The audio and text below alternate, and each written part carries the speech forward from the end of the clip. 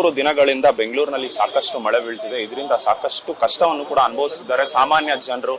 ಈ ಬಗ್ಗೆ ಇಲ್ಲಿ ಇವತ್ತು ಸಿಲ್ಕ್ ಬೋರ್ಡ್ಗೆ ಕೂಡ ಸಾರಿಗೆ ಸಚಿವರಾದಂತಹ ರಾಮಲಿಂಗಾರೆಡ್ಡಿ ಅವರು ಭೇಟಿ ನೀಡಿದ್ದಾರೆ. ಅವ್ರಿಗೆ ಮಾತಾಡಿಸ್ತಾ ಹೋಗೋಣ ಇಲ್ಲಿನ ಸದ್ಯದ ಸಿಚುವೇಶನ್ ಏನಿದೆ ಅಂತ. ಸರ್, ಇಲ್ಲಿನ ಅಧಿಕಾರಿಗಳ ಜೊತೆ ನೀವು ಬಂದು ಮಾಹಿತಿ ಕೂಡ ತೆಗೆದುಕೊಂಡ್ರಿ, ಯಾವ ರೀತಿಯಾಗಿದೆ ಅಂತ.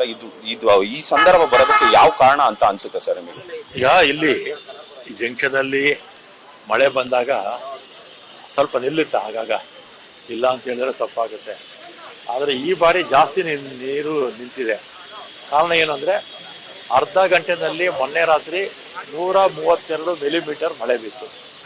ಮತ್ತು ಇದು ಲೋಯೆಸ್ಟ್ ಪಾಯಿಂಟ್, ಇದು ಸಾಸರ್ ಟೈಪ್ ಇದು, ಅದರಿಂದ ಆಗಿದೆ. ಮತ್ತು ಮೆಟ್ರೋದವರು ಕೂಡ ಇಲ್ಲೊಂದು ಡ್ರೈನ್ ಇತ್ತು, ಆ ಡ್ರೈನ್ನ ಮುಚ್ಚಿಬಿಟ್ಟಿದ್ದಾರೆ. ಮತ್ತು ನಾನು 2 ವರ್ಷಕ್ಕೆ ಮುಂಚೆ ಬಂದು ಈ ಮೆಟ್ರೋ ಕೆಲಸನ ನಿಲ್ಲಿಸಿ ಅಂತ ಹೇಳಿದ್ದೆ. ಯಾಕೆ ನಿಲ್ಲಿಸಿ ಅಂತ ಹೇಳಿದೆ ಅಂದರೆ, ಫಸ್ಟು ನಮ್ಮ ಡ್ರೈನ್ ಕೆಲಸ ಮಾಡಿ, ಆಮೇಲೆ ನೀವು ಮೆಟ್ರೋ ಕೆಲಸ ಮಾಡಿ ಅಂದಮೇಲೆ ಡ್ರೈನ್ ಕೆಲಸ ಸ್ಟಾರ್ಟ್ ಮಾಡಿದ್ರು. ಆ ಕಡೆ ಕೋಡಿಯಿಂದ ಬರುತ್ತಲ್ಲ ಆ ಡ್ರೈನು, ಅದು ಮುಗೀತು. ಈ ಭಾಗದಲ್ಲಿ ಇದ್ದಿದ್ದ ಡ್ರೈನು ಮುಚ್ಚಿಬಿಟ್ರು. ಅದರಿಂದ ನಮಗೆ ಸಮಸ್ಯೆ ಆಯಿತು. ಮತ್ತು ಇದೂ ಅಷ್ಟೇ, ಈ ಬ್ರಿಡ್ಜು ನಾವು ನಿಂತಿದ್ದೀವಲ್ಲ, ಈ ಬ್ರಿಡ್ಜ್ ಒಂದು 25-30 ವರ್ಷಕ್ಕೆ ಮುಂಚೆ ಮಾಡಿದ್ರು. ಮಾಡೋವಾಗಲೇ ಮಾಡೋದು ಹೇಳಿದೆ, ಇದು ಟೆಕ್ನಿಕಲ್ ಆಗಿ ಸರಿ ಇಲ್ಲ, ನೀರು ಸರಿಯಾಗಿ ಹೋಗಲ್ಲ, ತಡೆ ಆಗುತ್ತೆ ಅಂತ. ಆದರೂ ಅವಾಗ ಮಾಡಿಬಿಟ್ರು ಅವಾಗನ. ಮತ್ತು ಈಗ ಇದನ್ನು ಹೈಟ್ ಮಾಡಿ ಅಂತ 2-3 ವರ್ಷ ಹೇಳ್ತಾ ಇದ್ದೀನಿ. ಈ ಡ್ರೈನು ಹೈಟ್ ಮಾಡ್ಕೋಬೇಕು, ಅದೊಂದು. ಮತ್ತು ಎರಡನೇದಾಗಿ ಕೋರಮಂಗಲ, ಇಲ್ಲಿ ಮೆಟ್ರೋದಿಂದ ಸಮಸ್ಯೆ ಆಯಿತು ನನಗೆ. ಕೋಆರ್ಡಿನೇಷನ್ ಇಲ್ಲ ಅಂತ ನಾನು ಹೇಳ್ತೀನಿ, ಅದರಲ್ಲಿ ತಪ್ಪೇನೂ ಇಲ್ಲ.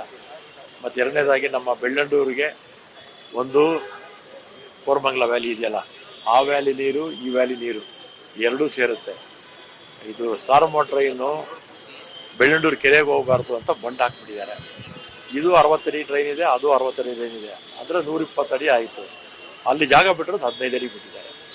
ಅದರಿಂದ ನೀರು ತಡೆಯಾಗಿ ರಿವರ್ಸ್ ಆಯಿತು. ಕೋರಮಂಗಲದಲ್ಲಿ ಸ್ವಲ್ಪ ನಮಗೆ ಸಮಸ್ಯೆ ಆಯಿತು. ಕೋರಮಂಗಲ ನಮ್ಗೆ 7-8 ವರ್ಷದಿಂದ ಯಾವ ಸಮಸ್ಯೆನೂ ಇರಲಿಲ್ಲ.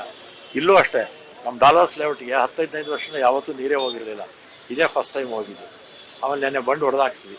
ಆ ಬಂಡು ಹೊಡೆದಾಕಿದ್ಮೇಲೆ ಈಗ ಅಲ್ಲೇನು ಸಮಸ್ಯೆ ಇಲ್ಲ. ನೀನು ಎಷ್ಟೇ ದೊಡ್ಡ ಮಳೆ ಬಂದರೂ ಕೂಡ ಕೋರಮಂಗಲ ವ್ಯಾಲಿನಲ್ಲಿ ಏನು ಸಮಸ್ಯೆ ಆಗಲ್ಲ. ಸರ್, ನಿನ್ನೆ ಅಷ್ಟೇ ಇಲ್ಲಿ ಅಧಿಕಾರಿಗಳು ನೀರನ್ನ ಕೂಡ ಕ್ಲಿಯರ್ ಮಾಡಿದ್ರು. ಮತ್ತೆ ಇವತ್ತು ಬಂದಂತ ಮಳೆ ನೀರು ತುಂಬಿಕೊಂಡಿದೆ. ಮತ್ತೆ ಮುಂದಿನ ದಿನಗಳಲ್ಲಿ ಇದೇ ರೀತಿ ಆಗದೆ ಇರೋದಕ್ಕೆ ಏನಾದರೂ ಹೊಸ ಅಂಶಗಳು ಅಥವಾ ಏನಾದರೂ ಫೈಂಡ್ ಔಟ್ ಮಾಡಿದಾರ ಹೆಂಗೆ ಸರ್? ಇದು ಡ್ರೈನ್ ಮಾಡಬೇಕು. ಮೊದಲಿತ್ತು ಮೆಟ್ರೋದವ್ರು ಕೆಲಸ ಮಾಡುವಾಗ ಅಲ್ಲಿವರೆಗೂ ಮಾಡಿದ್ದಾರೆ, ಅಲ್ಲಿಂದ ಮುಂದಕ್ಕೆ ನಿಲ್ಲಿಸ್ಬಿಟ್ಟಿದ್ದಾರೆ. ಈಗ ಮೆಟ್ರೋ MD ಅವ್ರಿಗೆ ಹೇಳಿದೆ, BBMP ಆಯುಕ್ತರು ಅವರೇ, ಟ್ರೈನ್ ಒಂದು ಕಂಟಿನ್ಯೂ ಮಾಡಬೇಕು. ಮತ್ತು ನಾವು ನಿಂತಿರ್ತಕ್ಕಂಥ ಬ್ರಿಡ್ಜ್ನ ಹೈಟ್ ಮಾಡಬೇಕು. ಮಾಡದೇ ಇದ್ದರೆ ಈ ಪ್ರಾಬ್ಲಮ್ ಇನ್ನೂ ಒಂದಷ್ಟು ವರ್ಷ ಇರುತ್ತೆ. ಸರ್, ಮತ್ತೊಂದು ವಿರೋಧ ಪಕ್ಷದವರು ಕೂಡ ಸಾಕಷ್ಟು ಟೀಕೆ ಮಾಡ್ತಿದ್ದಾರೆ. ಇದು ಗ್ರೇಟರ್ ಬೆಂಗಳೂರು ಅಲ್ಲ, ವಾಟರ್ ಬೆಂಗಳೂರು, ಲೂಟಿ ಬೆಂಗಳೂರು ಅಂತ. ಇದ್ರ ಬಗ್ಗೆ ಏನು ಹೇಳ್ತಾರೆ ಸರ್? ವಿಪಕ್ಷದವರು, BJPಯವರು ವಿಶೇಷವಾಗಿ ಅದರಲ್ಲಿ JDSನವರು ಸೇರ್ಕೊಂಡಿದ್ದಾರೆ. ಇಲ್ಲಿ ವಾಟರ್ ಬೆಂಗಳೂರು, ಆಮೇಲೆ ಲೂಟರ್ ಬೆಂಗಳೂರು, ಆಮೇಲೆ ಇನ್ನೇನು ಕ್ವಾರ್ಟರ್ ಬೆಂಗಳೂರು, ವಿಪಕ್ಷದವರು ಮಾಡೋ ಮಾತುಗಳಲ್ಲ ಇದು.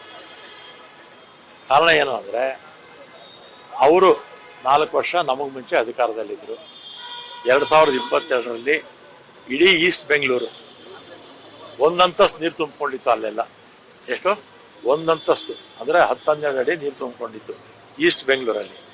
ಆಗ ನಾವೇನ ಲೂಟರ್ ಬೆಂಗಳೂರು, ವಾಟರ್ ಬೆಂಗಳೂರು ಅಂತ ಹೇಳಿದ್ವಿ ನಾವು.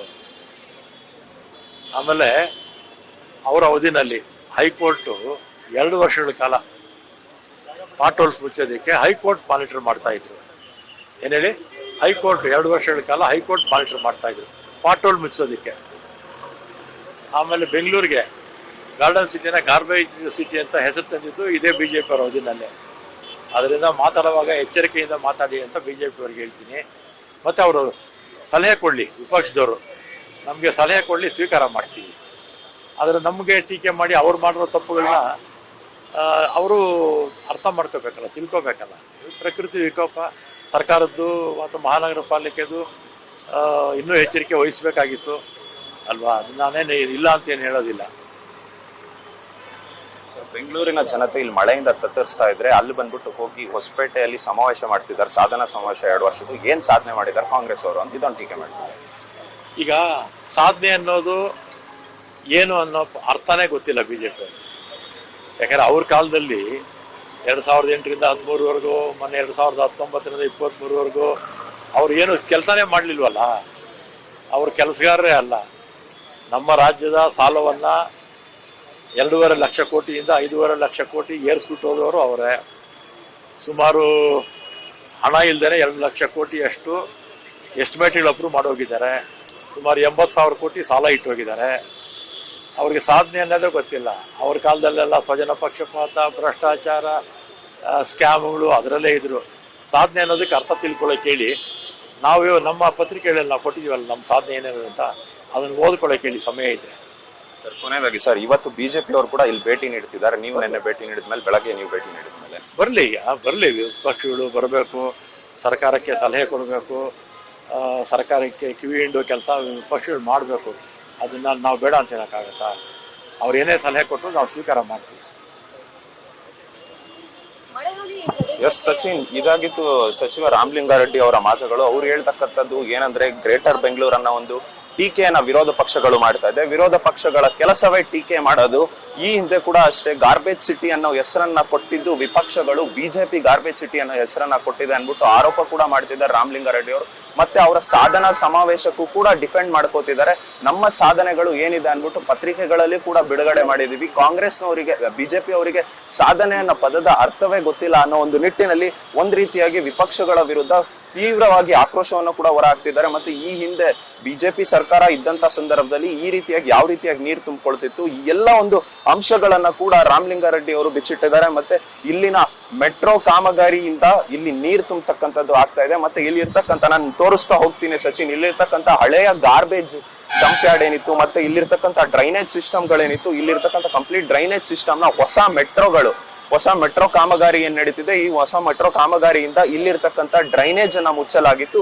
ಈ ಪ್ರಮುಖವಾಗಿ ಈ ಡ್ರೈನೇಜ್ ಮುಚ್ಚಲಾದ ಕಾರಣದಿಂದಾಗಿ ಇಲ್ಲಿ ರೋಡ್ ಕಂಪ್ಲೀಟ್ಲಿ ಬ್ಲಾಕ್ ಆಗಿದೆ. ಅಂದ್ರೆ ಈ ಡ್ರೈನೇಜ್ ಮುಚ್ಚಿರೋ ಕಾರಣದಿಂದಾಗಿ ಇಲ್ಲಿ ಗಾರ್ಬೇಜ್ ಬಿದ್ದು, ಮತ್ತೆ ಮೆಟ್ರೋ ಕನ್ಸ್ಟ್ರಕ್ಷನ್ ವರ್ಕ್ ನ ಐಟಮ್ಸ್ ಗಳು ಬಿದ್ದು, ಮತ್ತೆ ಸಿಮೆಂಟ್, ಮಣ್ಣು ಎಲ್ಲ ತುಂಬಿಕೊಂಡು ಈ ಡ್ರೈನೇಜ್ ಕಂಪ್ಲೀಟ್ಲಿ ಕೊಲಾಪ್ಸ್ ಆಗಿದೆ. ಹಾಗಾಗಿ ಇಲ್ಲಿ ನೀರು ನಿಲ್ತಿದೆ. ಈ ಡ್ರೈನೇಜ್ ಅನ್ನ ಫಸ್ಟ್ ಕ್ಲೀನ್ ಮಾಡಿಸ್ತೀವಿ. ಮತ್ತೆ ಇಲ್ಲಿರ್ತಕ್ಕಂಥ BBMP ಅಧಿಕಾರಿಗಳು ಮತ್ತೆ ಮೆಟ್ರೋ MD ಅವ್ರ ಜೊತೆ ಕೂಡ ನಾನು ಮಾತುಕತೆಯನ್ನ ನಡೆಸಿದ್ದೀನಿ ಅನ್ಬಿಟ್ಟು ಈಗಾಗಲೇ ಸಚಿವ ರಾಮಲಿಂಗಾರೆಡ್ಡಿ ಅವರು ಕೂಡ ಹೇಳಿದ್ರು ಸಚಿನ್.